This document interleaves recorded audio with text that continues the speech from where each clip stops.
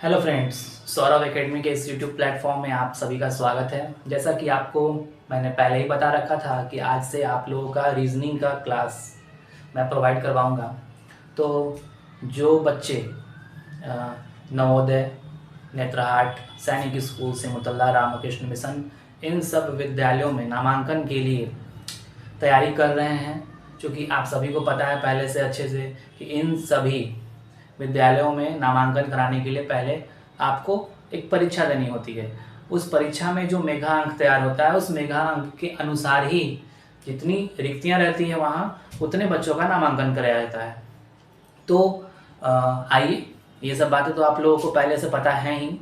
तो इसमें इस टेस्ट परीक्षा में जो आप लोग देखते होंगे कि रीजनिंग से कुछ क्वेश्चंस आते हैं, कुछ क्वेश्चंस नहीं, लेकिन अप्रॉक्स में जहाँ तक मैं जानता हूँ, मैं आपको बता दूं कि नवोदय विद्यालय में 40 क्वेश्चन आते हैं, सैनिक विद्यालय में लगभग 30 क्वेश्चन आते हैं रीजनिंग से। तो और जहाँ तक कॉम्पिटिटिव एग्जामिनेशन की बात है तो वहाँ तो रीजनिंग से क्वेश्चन काफ़ी अधिक संख्या में रहते हैं। मतलब कुल मिलाकर देखा जाए तो रीजनिंग का ओवरऑल हर जगह सवाल आपको देखने को मिलता है। तो आइए, रीजनिंग के इस क्लासेस में मैं आप लोगों को सबसे पहले आज कौन कौन से टॉपिक हैं, कौन कौन से चैप्टर हैं जो हमें पढ़ने हैं रीजनिंग में, हम उसको पहले वन बाय वन देख लेते हैं कि हमारा क्या क्या चैप्टर रहने वाला है रीजनिंग में। ठीक है, आइए वन बाय वन हम देखते हैं चैप्टर्स को। देखिए, तो ये रहा आपका रीजनिंग का कुछ इम्पॉर्टेंट चैप्टर। ठीक है, तो जो मैं चैप्टर आपको बता रहा हूँ उसे आप देख सकते हैं। पहला है आपका कोडिंग डिकोडिंग। ठीक है, कोडिंग डिकोडिंग। उसके बाद में दूसरा इंग्लिश अल्फ़ाबेट। तीसरा चैप्टर है एनालॉजी टेस्ट। चौथा चैप्टर है आपका क्लासिफिकेशन, वर्गीकरण, जिसको आप लोग क्या कहते हैं, ऑड मैन आउट। क्या कहते हैं, odd man out. Odd man out में पता है क्या होता है, ऑड मैन आउट में होता है कि आपके पास में किसी सवाल में 4 ऑप्शन दिए रहेंगे। ठीक है, जैसे कि यहाँ पर लिखा रहेगा आम, यहाँ लिखा रहेगा अंगूर, हाँ, यहाँ लिखा रहेगा संतरा, और यहाँ लिखा रहेगा पेड़। अब देखिए, ये 4 ऑप्शन आपको दे दिए जाएंगे इस तरीके से, और ये 4 ऑप्शन में आपको क्या करना है, क्लासिफिकेशन, वर्गीकरण करना है, आपको छांटना है। किसको छांटना है, तो जो ऑड मैन आउट है, ऑड मैन आउट करने का जो अलग दिख रहा है आपको, जो डिफरेंट दिख रहा है। तो इसमें आपको क्या दिख रहा है, आम है, यहाँ पे अंगूर है, यहाँ पे संतरा है, तीनों क्या है, फल है। फल है तो हमें पेड़ों से मिलता होगा। ठीक है, तो जो ये फल जो हमें जो पेड़ से मिलते हैं, तो ये सब तो फल के नाम है, लेकिन ये क्या है, ये फल का नाम है, ये नहीं है। तो इसका सही आंसर क्या हो जाएगा, पेड़ हो जाएगा। तो इसी तरीके से आपको क्लासिफिकेशन चैप्टर में आपको ये मैंने एक छोटा सा एग्जांपल दिया समझाने के लिए, आपको इसमें डिफरेंट टाइप के क्वेश्चंस देखने को मिलेंगे। आइए आगे देखते हैं डिस्टेंस एंड डायरेक्शन टेस्ट। ठीक है, दिशा, हाँ, आप देखते होइएगा, बोल रहा है कोई क्या कि राम अपने घर से निकला उत्तर की ओर, उत्तर से जाकर के फिर वो बाएं मुड़ गया, बाएं मुड़ने के बाद में फिर वो दाएं मुड़ गया, तो वो अपने घर से कितनी दूरी पे है या फिर किस दिशा में है। तो यही है ना, डिस्टेंस मतलब दूरी और डायरेक्शन मतलब दिशा। तो किस दिशा में है या दूरी में है, ये आपको मालूम चलेगा, इस चैप्टर में ये पढ़ने को मिलेगा। उसके बाद में फाइंड द मिसिंग वन। ठीक है, उसके बाद में सीरीज टेस्ट। ठीक है, अब जैसे सीरीज टेस्ट में आप यहाँ देखिए, मान लीजिए कि यहाँ पे लिखा हुआ है 2, यहाँ लिखा हुआ है 4, यहाँ लिखा हुआ है 6, तो बोलेगा कि अगला यहाँ नंबर 2 कौन होगा। ठीक है, तो आपको पता है कि यहाँ 2 है, यहाँ मल्टीपल जा रहा है 2 का, है ना, 2 2 जा 4 हो रहा है।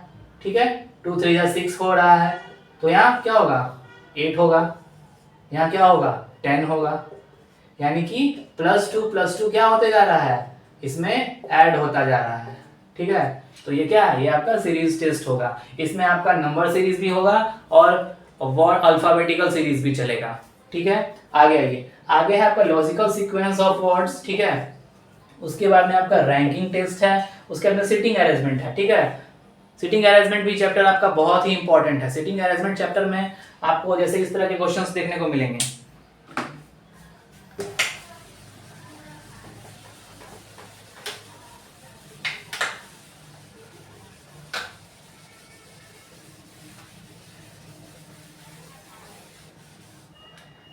सीटिंग अरेंजमेंट में आपको देखने को ये मिलेगा कि बोला जाएगा कि राम जो है वो श्याम के सामने बैठा है, ये दोनों आमने सामने है।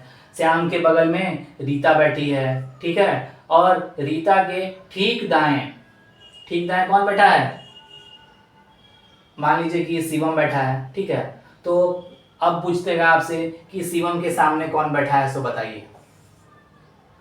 ठीक है, तो इस तरह के कुछ कंडीशंस लगा करके जो है आपको ये सवाल दिए जाते हैं सिटिंग अरेंजमेंट में भी। ठीक है, तो इस तरह के सवालों को हम सिटिंग अरेंजमेंट के चैप्टर के अंतर्गत देखेंगे। ठीक है, अब इसके आगे जो चैप्टर है उनके कुछ नाम इस तरह हैं, वो भी देखेंगे हम।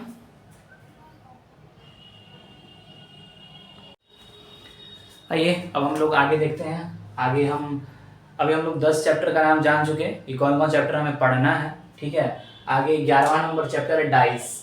डाइस जो हम लोग जानते हैं, हम लोग जो लूडो खेलते हैं, वो लूडो में जो क्या होता है कि बोलते हैं छक्का है, ये छक्का को हम लोग खेलते हैं, पासा को पलटते हैं, वो पासा, उसी को हम लोग डाइस बोलते हैं।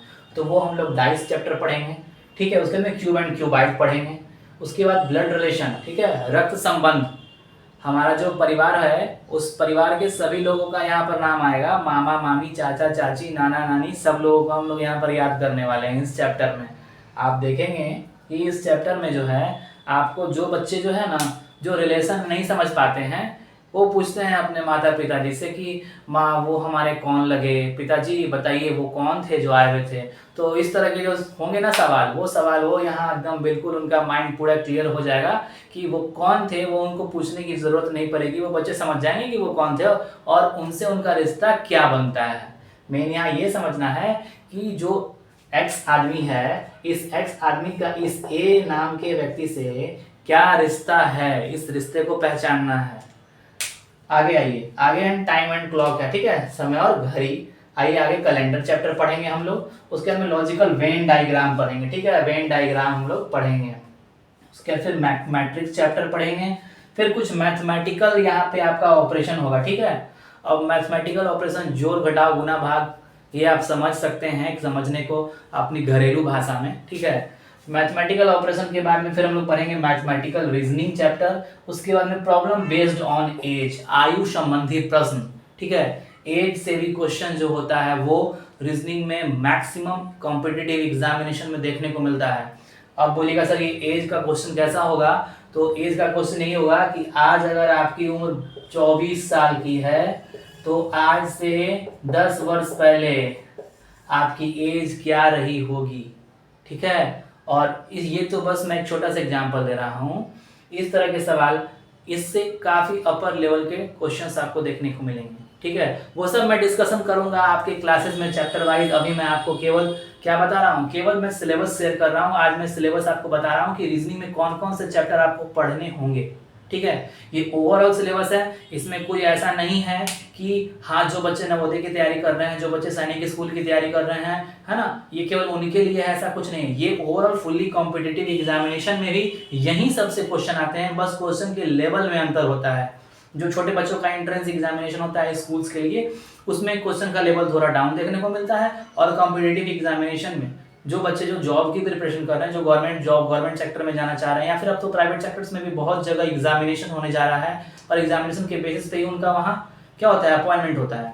तो इन सभी जगहों पे ये सब मस्ट हो गया है। आपको कहीं पर ये रीजनिंग नाम से देखने को मिलेगा, कहीं पे आपको मेंटल एबिलिटी टेस्ट के नाम से ये देखने को मिलेगा।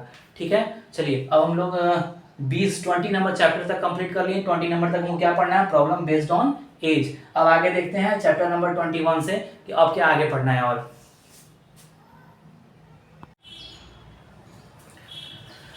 फ्रेंड्स, तो अब हम लोग 20 नंबर चैप्टर तक देख चुके थे। अब 20 के आगे देख रहे हैं। 20 के आगे देखिएगा, 21 नंबर में हम लोगों को सिलोजिज्म पढ़ना है। क्या पढ़ना है, सिलोजिज्म पढ़ना है। 21 सिलोजिज्म पढ़ना है। उसके बाद में हमको पजल टेस्ट पढ़ना है। ठीक है, पजल टेस्ट के बाद में टेस्ट ऑफ इनइक्वालिटी, उसके बाद फिर इनपुट आउटपुट पढ़ना है, फिर डाटा सफिशिएंसी पढ़ना है। उसके बाद में स्टेटमेंट कंक्लूजन।